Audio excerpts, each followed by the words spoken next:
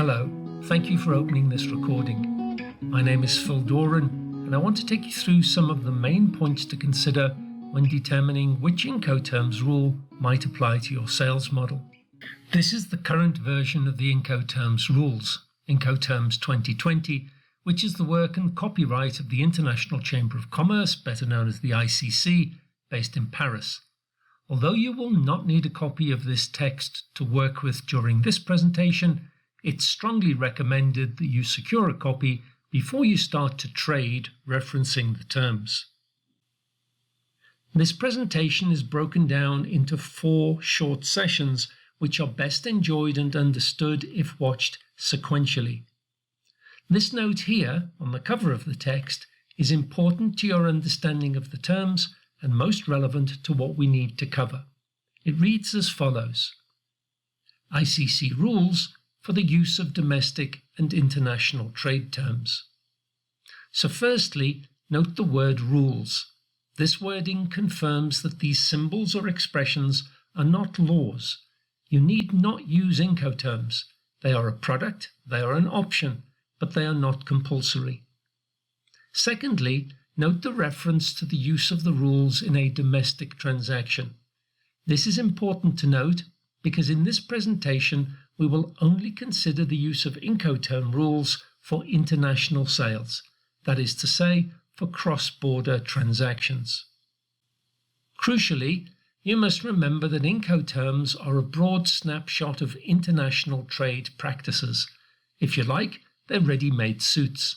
Sometimes you'll find what you want, a really good or a close enough fit, but sometimes you won't and you'll need to visit the tailor, by which I mean you will need to write into the contract a description of the rights and obligations which each of the parties accepts, writing out in longhand the details of what Incoterm rules cannot assist you in expressing through their shorthand symbols. Remember, Incoterms are a contract language. Even when you can use them, there's a lot more to the transaction which will need to be written into the contract in detail, issues which Incoterms rules never address, even when they fit you perfectly in all other respects. This is a decision tree, a simple flow diagram which may help you in determining which of the rules best matches your trading model. I'm going to take you through this diagram step by step. If you use it correctly, it may help you readily determine where in the Incoterm text you need to reference. Just remember, and it's important, you cannot summarize Incoterms without weakening the rules. This chart itself is not Incoterms. The book and the book alone comprises the Incoterms rules, and this chart is to guide you as to where in the text you might refer, and thereafter read. But the chart itself is not a substitute for the rules. In this presentation, I will simplify the complexities of international trade and will assume that the seller is also the supplier of the goods and the buyer is also the end user, and that these parties are the only two in the sales agreement. As we are using an international trade model, there will be a point where the goods leave the country of supply. I have marked this with the word out. And of course, there must then be a point where the goods arrive in the destination country, which I have marked in. It does not matter how the goods left the country of supply or how they arrive in the country of destination. So whether it's air, sea, road or rail, any mode or combination of modes could be used for this diagram. The journey from the point of export to the point of import is the international transport or carriage. This leg is more commonly referred to as being the freight leg, and I will use that expression where required. So now let's start. Because this leg of the journey, the freight portion from the moment of export to the moment of import, is a key determining factor as to which Incoterms rule could be applied to any model. The first question on the decision tree is: does the seller's price include the freight costs? The answer may only be yes or no. If the answer is no, that is, if the seller's price excludes the freight portion of the journey, then the seller's price ends somewhere in the country of supply.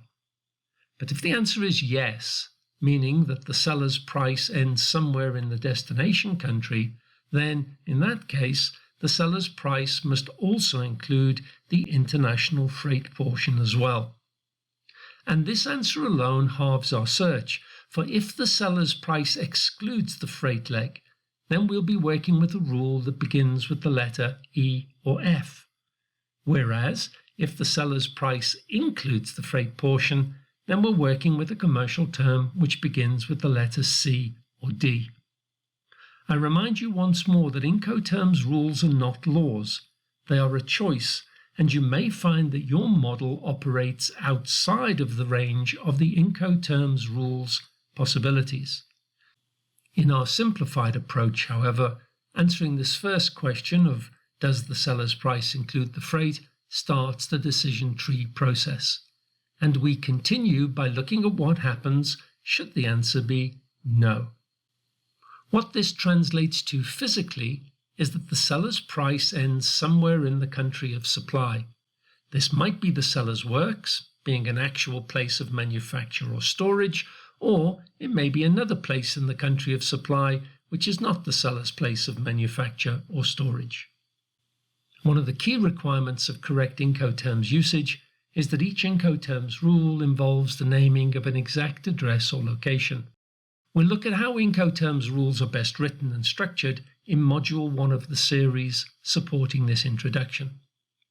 We know the address will be somewhere in the seller's country, but we need to confirm if this address is the seller's works or not. This then brings us to our next question: is the moment of delivery at the seller's works? Once more, the answer may only be yes or no.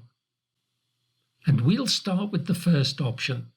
Let's assume that the address written into the rule is the seller's works, and by this we mean it is a place that the seller has control over. It need not be the seller's works literally. It could be any point of supply which the seller controls, even a third-party warehouse. But, and this is the best advice I can give you in business matters generally, let alone in Incoterms rules, the devil is in the detail. We are generalizing very complex logistical and contractual matters, and you must remember this. When we use the word delivery in matters of Incoterms, what we're really referring to is the action or event which serves as the end of the contract, the seller's final obligation. You must understand that this may not always be a physical event, but we'll get to this important point later in part 3 of this overview. For now, let us assume that the goods are available at the seller's works. But, assuming further that the buyer collects the supply, what about loading the goods onto the collecting vehicle? Who must do this?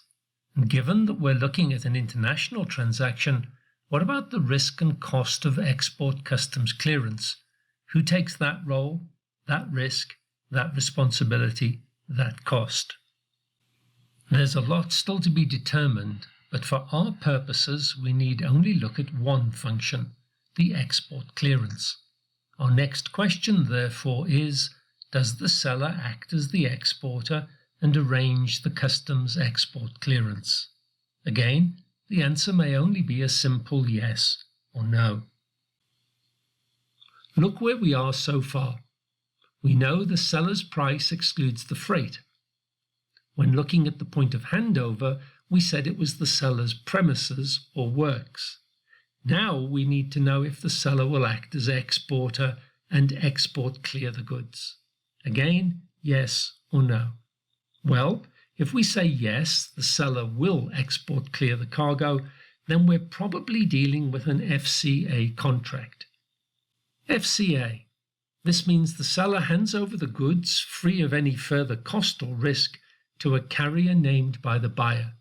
Free carrier, thereafter naming the point or place of handover. In this case, the seller's works is thereafter named. If, however, we answer no, the seller will not act as exporter, then we're leaning more towards the Incoterms rule EXW. X works, again with a named place. In this case, exactly the same named place, that is to say, the seller's works. But here's the devilish detail. Both contracts involve the same goods handed over at the same place. If it's only the contract goods, then that's an indicator of it being EXW. But note that the buyer is not required to be present at this moment of delivery. But if physical collection is required, and crucially, that means the seller undertaking to load the vehicle which the buyer sends for collection, then it's a strong indicator of it being an FCA contract. So it isn't just about the export clearance. The loading of the vehicle and the presence of the buyer or the buyer's carrier at the moment of delivery adds another important variable. One additional point here though. In the introductory notes to the official text of Incoterms, the term EXW, ex-works, is discouraged for use in international trade. Remember, the note on the cover of the text referenced the rules for use in both international and domestic contracts, so perhaps there is a domestic application for EXW, but certainly it is to be avoided in international trade. We look further and in greater detail at how Incoterms rules EXW and FCA are best used in Module 2, when to use which rule, and what exactly is the challenge with EXW in an international transaction. But what then if the answer to the question of whether the seller hands over at their works is no? Well, we'll take a break here and look at that model in more detail in Part 2. This was Part 1 of which Incoterms rule to use. Thanks for listening so far.